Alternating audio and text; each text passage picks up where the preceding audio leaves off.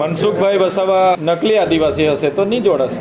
મનસુખભાઈ વસાવા નકલી આદિવાસી હશે તો નહીં જોડાશે. જાતિ ચોક્કસ જાતિઓ પ્રત્યે રાજ્ય સરકારો એમના તરફ ખેંચવા માટે નિર્ણયો લેશે અને એમાં અંદરો અંદર વર્ગ વિગ્રહ થશે.